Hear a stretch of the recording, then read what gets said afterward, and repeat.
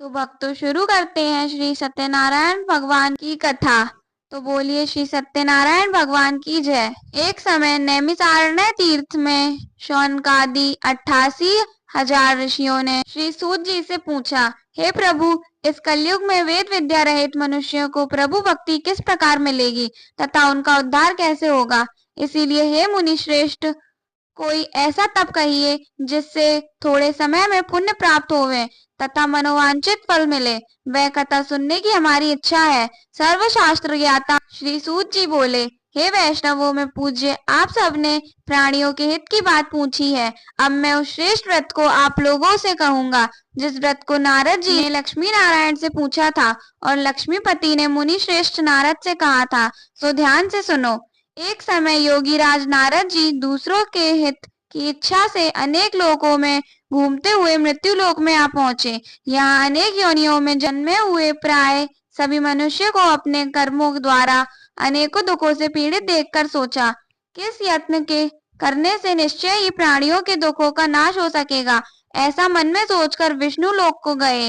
वहां श्वेत वर्ण और 4 भुजाओं वाले देवों के ईश नारायण को देखकर, जिनके हाथों में शंख चक्र गदा और पद्म थे तथा वरमाला पहने हुए थे, स्तुति करने लगे। हे भगवान, आप अत्यंत शक्ति से संपन्न हैं। मन तथा वाणी भी आपको नहीं पा सकती। आपका आदि मध्य अंत नहीं है। निर्गुण स्वरूप सृष्टि के आदि भूति व भक्तों के दुखों को नष्ट करने वाले हो, आपको मेरा नमस्कार है। नारद जी से इस प्रकार की स्तुति सुनकर विष्णु भगवान बोले, हे मुनि श्रेष्ठ, आपके मन में क्या है? आपका किस काम के लिए आगमन हुआ है? निसंकोच कहो। तब नारद जी बोले, मृत्यु लोक में सब मनुष्य जो अनेक योनियों में पैदा हुए हैं, अपने अपने कर्मों के द्वारा अनेक प्रकार के दुख से दुखी हो रहे हैं। हे नाथ, मुझ पर दया रखते हो तो बतलाइए कि इन मनुष्यों के सब दुख थोड़े से ही प्रयत्न से कैसे दूर हो सकते हैं। तब भगवान विष्णु बोले, हे नारद, मनुष्यों की भलाई के लिए तुमने बहुत अच्छी बात पूछी है। जिस काम के करने से मनुष्य मोह से छूट जाता है, वह मैं कहता हूँ, सुनो। बहुत पुण्य देने वाला स्वर्ग तथा मृत्यु लोक दोनों में दुर्लभ एक उत्तम व्रत है। आज मैं प्रेमवश होकर तुमसे कहता हूँ, सत्यनारायण का यह व्रत अच्छी तरह विधि पूर्वक करके मनुष्य आयु पर्यंत यहाँ सुख भोग कर मरने पर मोक्ष को प्राप्त होता है। श्री भगवान के वचन सुनकर नारद मुनि बोले कि उस व्रत का फल क्या है, क्या विधान है और किसने यह व्रत किया है और किस दिन यह व्रत करना चाहिए, विस्तार में कहिए। भगवान बोले, दुख शोक आदि को दूर करने वाला, धन धान्य को बढ़ाने वाला, सौभाग्य तथा संतान को देने वाला यह व्रत सब स्थानों पर विजय करने वाला है। भक्ति और श्रद्धा के साथ किसी भी दिन मनुष्य श्री सत्यनारायण भगवान की शाम के समय ब्राह्मणों और बंधुओं के साथ धर्म पारायण होकर पूजा करे। भक्ति भाव से नैवेद्य केले का फल, घी, दूध और गेहूं का चूर्ण सवाया लेके, गेहूं के अभाव से साठी का चूर्ण, शक्कर तथा गुड़ लें और सब भक्षण योग्य पदार्थ जमा करके भगवान के अर्पण कर देवे तथा बंधुओं सहित ब्राह्मणों को भोजन कराएं।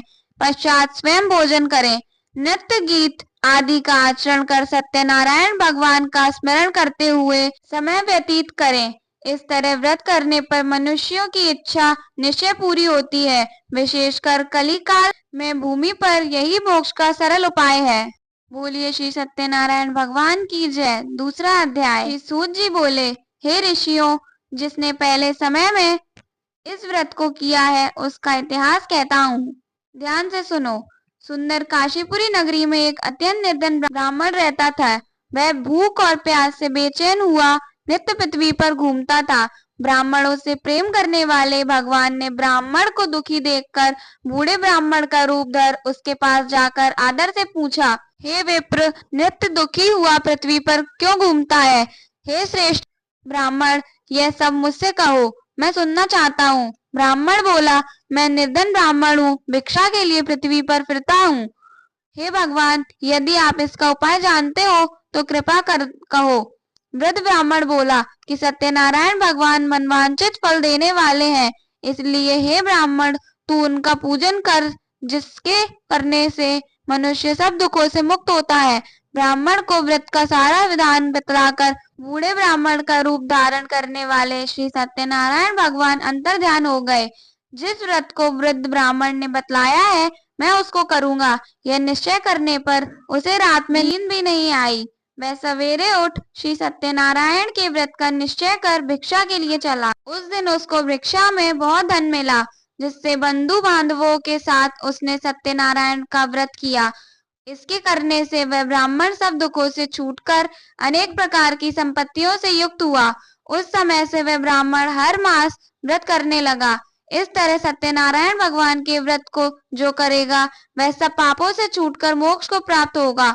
आगे जो पृथ्वी पर सत्यनारायण का व्रत करेगा वह मनुष्य सब दुखों से छूट जाएगा। इस तरह नारद जी ने नारायण का कहा हुआ यह व्रत मैं तुमसे कहा। हे विप्रो, मैंने अब और क्या कहूँ। ऋषि बोले, हे मुनीश्वर, संसार में इस ब्राह्मण से सुनकर किस किसने इस व्रत को किया, हम सब यह सुनना चाहते हैं।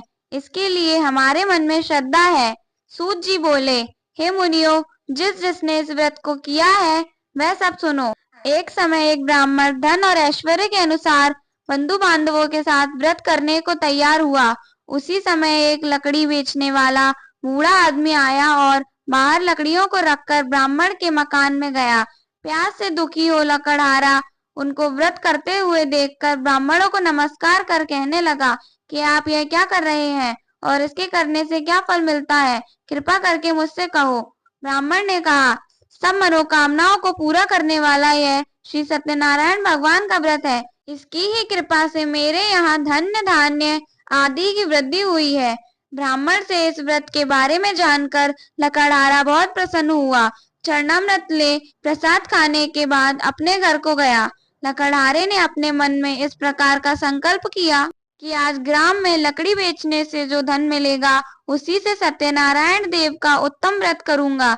यह मन में विचार कर वह बूढ़ा आदमी लकड़ियां अपने सिर पर रखकर जिस नगर में धनवान लोग रहते थे वह ऐसे सुंदर नगर में गया। उस रोज वहां उसे उन लकड़ियों का दाम पहले दिनों से चौगुना मिला। तब वह बूढ़ा लकड़हारा दाम ले और अति प्रसन्न हो पक्के केले की फली, शक्कर, घी, दूध, दही और गेहूं का चूर्ण इत्यादि श्री सत्यनारायण भगवान के व्रत की कुल सामग्रियों को लेकर अपने घर गया। फिर उसने अपने भाइयों को बुलाकर विधि के साथ भगवान जी का पूजन और व्रत किया। उस व्रत के प्रभाव से वह बूढ़ा लकड़हारा धन पुत्र आदि से युक्त हुआ और संसार में समस्त सुख भोग कर वैकुंठ को चला गया। बोलिए श्री सत्यनारायण भगवान की जय। तीसरा अध्याय। सूत जी बोले, हे श्रेष्ठ मुनियों, अब आगे की कथा कहता हूँ, सुनो। पहले समय में उल्कामुख नाम का एक बुद्धिमान राजा था। वह सत्यवक्ता और जितेंद्रिय था। प्रतिदिन देव स्नानों पर जाता तथा गरीबों को धन देकर उनके कष्ट दूर करता था। उसकी पत्नी कमल के समान मुख वाली और सती साध्वी थी। भद्रशिला नदी के तट पर उन दोनों ने श्री सत्यनारायण का व्रत किया। उस समय में वहां एक साधु वैश्य आया। उसके पास व्यापार के लिए बहुत सा धन था। वह नाव को किनारे पर ठहरा कर राजा के पास आ गया और राजा को व्रत करते हुए देखकर विनय के साथ पूछने लगा, हे राजन, भक्ति युक्त चित्त से यह आप क्या कर रहे हैं? मेरी सुनने की इच्छा है, सो आप मुझे बताइए।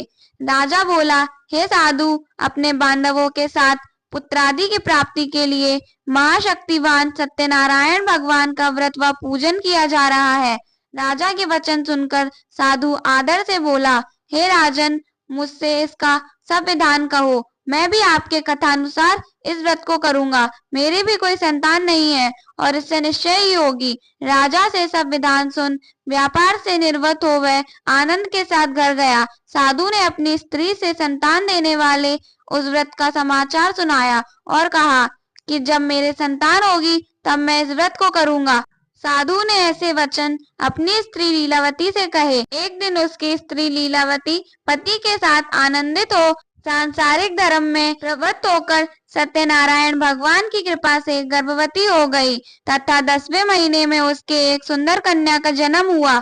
दिनों दिन वह इस तरह बढ़ने लगी जैसे शुक्ल पक्ष का चंद्रमा बढ़ता है। कन्या का नाम कलावती रखा गया। तब लीलावती ने मीठे शब्दों में अपने पति से कहा कि जो आपने संकल्प किया था कि भगवान का व्रत करूंगा, अब आप उसे करिए। साधु बोला, हे प्रिय, इसके विवाह पर करूंगा। इस प्रकार अपनी पत्नी को आश्वासन दे वह नगर को गया। कलावती पितृगृह में वृद्धि को प्राप्त हो गई। साधु ने जब नगर में सखियों के साथ अपनी पुत्री को देखा तो तुरंत दूत बुलाकर कहा कि पुत्री के वास्ते कोई सुयोग वर देख कर लाओ। साधु की आज्ञा पाकर दूत कंचन नगर पहुंचा और वहां पर बड़ी खोज और देखभाल कर लड़की के लिए सुयोग्य वाणिक पुत्र को ले आया। उस सुयोग्य लड़के को देखकर साधु ने अपनी बंधु बांधवों सहित प्रसन्नचित्त अपनी पुत्री का विवाह उसके साथ कर दिया, किंतु दुर्भाग्य से विवाह के समय भी उस व्रत को करना भूल गया।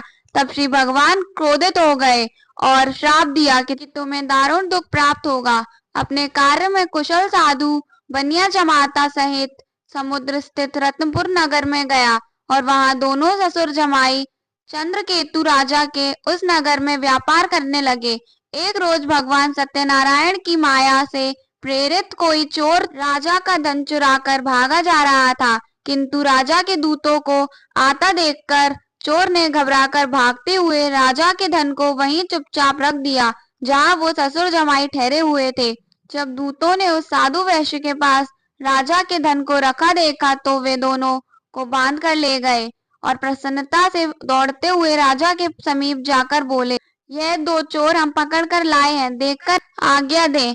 तब राजा की आज्ञा से उनको कठोर कारावास में डाल दिया और उनका सब धन छीन लिया। श्री सत्यनारायण भगवान के श्राप द्वारा उनकी पत्नी भी घर पर बहुत दुखी हुई और घर पर जो धन रखा था चोर चुरा कर ले गए। शारीरिक व मानसिक पीड़ा तथा भूख प्यास से अति दुखी हो अन्न की चिंता में कलावती एक ब्राह्मण के घर गई। वहां उसने सत्यनारायण भगवान का व्रत होते देखा, फिर कथा सुनी तथा प्रसाद ग्रहण कर रात को घर आई। माता ने कलावती से कहा, हे पुत्री, अब तक कहाँ रही, वह तेरे मन में क्या है? कलावती बोली, हे माता, मैंने एक ब्राह्मण के घर श्री सत्यनारायण भगवान का व्रत देखा है। कन्या के वचन सुनकर लीलावती भगवान के पूजन की तैयारी करने लगी। लीलावती ने परिवार और बंधुओं सहित श्री सत्यनारायण भगवान का पूजन किया और यह वर मांगा कि मेरे पति और दामाद शीघ्र आ जाएं। साथ ही प्रार्थना की कि हम सबका अपराध क्षमा करो। श्री सत्यनारायण भगवान इस व्रत से संतुष्ट हो गए और राजा चंद्रकेतु को स्वप्न में दर्शन देकर कहा, हे राजन, दोनों वैश्यों को प्रातः ही छोड़ दो और सब धन जो तुमने ग्रहण किया है दे दो, नहीं तो मैं तेरा धन राज्य पुत्रादि सब नष्ट कर दूंगा। राजा से ऐसे वचन कहकर भगवान अंतर्ध्यान हो गए। प्रातः काल राजा चंद्रकेतु ने सभा में अपना स्वप्न सुनाया, फिर दोनों वाणिक पुत्रों को कैद से मुक्त कर सभा में बुलाया। दोनों ने आते ही राजा को नमस्कार किया। राजा मीठे वचनों से बोला, हे महानुभावों, भावी वश ऐसा कठिन दुख प्राप्त हुआ है, अब तुम्हें कोई भय नहीं। ऐसा कहकर राजा ने उनकी नए नए वस्त्राभूषण पहनाए तथा उनका जितना धन लिया था उससे दुगना देकर आदर सहित विदा किया। दोनों वैश्य अपने अपने घर को चले गए। बोलिए सत्यनारायण भगवान की जय। चौथा अध्याय। सूत जी बोले, वैश्य ने मंगलाचार करके यात्रा आरंभ की और अपने नगर को चला। उनके थोड़ी दूर निकलने पर दंडी वेशधारी सत्यनारायण भगवान ने उनसे पूछा, हे साधु, तेरी नाव में क्या है? अभिमानी वाणिक हंसता हुआ बोला, हे दंडी, आप क्यों पूछते हो? क्या धन लेने की इच्छा है? मेरी नाव में तो बेल और पत्ते भरे हैं। वैश्य का कठोर वचन सुनकर भगवान ने कहा, तुम्हारा वचन सत्य हो। दंडी ऐसा कहकर वहां से दूर चले गए और कुछ दूर जाकर समुद्र के किनारे बैठ गए। दंडी के जाने पर वैश्य ने नित्य क्रिया करने के बाद नाव को ऊंची उठी देखकर अचंभा किया और नाव में बेल पत्ते देखकर मूर्छित तो जमीन पर गिर पड़ा। फिर मूर्छा खुलने पर अत्यंत शोक प्रकट करने लगा। तब उसका दामाद बोला कि आप शोक ना करें, यह दंडी का श्राप है, अतः उनकी शरण में चलना चाहिए, तभी हमारी मनोकामना पूरी होगी। दामाद के वचन सुन वह दंडी के पास पहुंचा और अत्यंत भक्ति भाव से नमस्कार करके बोला, मैंने जो आपसे असत्य वचन कहे थे उनको क्षमा करो। ऐसा कहकर महान शोकातुर हो रोने लगा। तब दंडी भगवान बोले, हे वाणिक पुत्र, मेरी आज्ञा से बार बार तुम्हें दुख प्राप्त हुआ है, तू मेरी पूजा से विमुख हुआ। साधु बोला, हे भगवान, आपकी माया से मोहित ब्रह्म आदि भी आपके रूप को नहीं जानते तब मैं अज्ञानी कैसे जान सकता हूँ। आप प्रसन्न होइए, मैं सामर्थ्य के अनुसार आपकी पूजा करूंगा। मेरी रक्षा करो और पहले के समान नौका में धन भर दो। उसके भक्ति युक्त वचन सुनकर भगवान प्रसन्न हो उसकी इच्छा अनुसार वर देकर अंतर्ध्यान हो गए। तब उन्होंने नाव पर आकर देखा कि नाव धन से परिपूर्ण है। फिर वह भगवान सत्यनारायण का पूजन कर साथियों सहित अपने नगर को चला। अब अपने नगर के निकट पहुंचा तब दूत को घर भेजा। दूत ने साधु के घर जा उसकी स्त्री को नमस्कार कर कहा कि साधु अपने दामाद सहित इस नगर के समीप आ गए हैं। ऐसा वचन सुन साधु की स्त्री ने बड़े हर्ष के साथ सत्यदेव का पूजन कर पुत्री से कहा, मैं अपने पति के दर्शन को जाती हूँ, तू कार्य पूर्ण कर शीघ्र आ। माता के ऐसे वचन सुनकर कलावती प्रसाद छोड़कर पति के पास गई। प्रसाद की अवज्ञा के कारण सत्यदेव ने रुष्ट हो उसके पति को नाव सहित पानी में डुबो दिया। कलावती अपने पति को न देखकर रोती हुई जमीन पर गिर गई। इस तरह नौका को डूबा हुआ तथा कन्या को रोता देख साधु दुखित हो बोला, हे प्रभु, मुझसे या मेरे परिवार से जो भूल हुई है उसे क्षमा करो। उसके दीन वचन सुनकर सत्यदेव प्रसन्न हो गए और आकाशवाणी हुई, हे साधु, तेरी कन्या मेरे प्रसाद को छोड़कर आई है, इसीलिए इसका पति अदृश्य हुआ है। यदि वह घर जाकर प्रसाद खाकर लौटे तो इसे पति अवश्य मिलेगा। ऐसी आकाशवाणी सुनकर कलावती ने घर पहुंचकर प्रसाद खाया, फिर आकर पति के दर्शन किए। तत्पश्चात साधु ने बंधु बांधवों सहित सत्यदेव का विधि पूर्वक पूजन किया। उस दिन से वह पूर्णिमा को सत्यनारायण का पूजन करने लगा। फिर इस लोक का सुख भोग कर अंत में स्वर्ग लोक को गया। बोलिए श्री सत्यनारायण भगवान की जय। 5वां अध्याय। सूत जी बोले, हे ऋषियों, मैं और भी कथा कहता हूँ, सुनो। प्रजापालन में तुंगध्वज नाम का एक राजा था। उसने भी भगवान का प्रसाद त्याग कर बहुत दुख पाया। एक समय वन में जाकर वन्य पशुओं को मारकर बड़ के पेड़ के नीचे आया। वहां उसने ग्वालों को भक्ति भाव से बांधवों सहित सत्यनारायण जी का पूजन करते देखा। राजा देखकर भी अभिमानवश वहां नहीं गया और ना ही नमस्कार ही किया। जब ग्वालों ने भगवान का प्रसाद उसके सामने रखा तो वह प्रसाद को त्याग कर अपनी सुंदर नगरी को चला। वहीं उसने अपना सब कुछ नष्ट पाया तो वह जान गया कि यह सब भगवान ने किया है। तब वह विश्वास कर ग्वालों के समीप गया और विधि पूर्वक पूजन कर प्रसाद खाया तो सत्यदेव भगवान की कृपा से पहले जैसा था वैसा ही हो गया। फिर दीर्घ काल तक सुख भोग कर मरने पर स्वर्गलोक को गया। जो मनुष्य इस परम दुर्लभ व्रत को करेगा, भगवान की कृपा से उसे धन धान्य की प्राप्ति होगी। निर्धन धनी और बंदी बंधन से मुक्त होकर निर्भय हो जाता है। संतानहीनों को संतान प्राप्ति होती है तथा सब मनोरथ पूर्ण होकर अंत में वैकुंठ धाम को जाता है। जिन्होंने पहले इस व्रत को किया, अब उनके दूसरे जन्म की कथा कहता हूँ। वृद्ध शतानंद ब्राह्मण ने सुदामा का जन्म लेकर मोक्ष को पाया। उल्कामुख नाम का राजा दशरथ होकर वैकुंठ को प्राप्त हुआ। साधु नाम के वैश्य ने मोरध्वज बनकर अपने पुत्र को आरे से चीरकर मोक्ष को प्राप्त किया। महाराज तुंगध्वज ने स्वयं भू होकर भगवान में भक्ति युक्त कर्म कर मोक्ष प्राप्त किया। श्री सत्यनारायण भगवान की कथा को जो पढ़ता है या सुनता है वह मोक्ष को प्राप्त होता है। हर पूर्णिमा को इस व्रत की कथा सुननी चाहिए, जिससे पूर्णिमा का पूरा फल प्राप्त होता है। आप सबको कथा सुनने के लिए धन्यवाद। बोलिए सत्यनारायण भगवान की जय।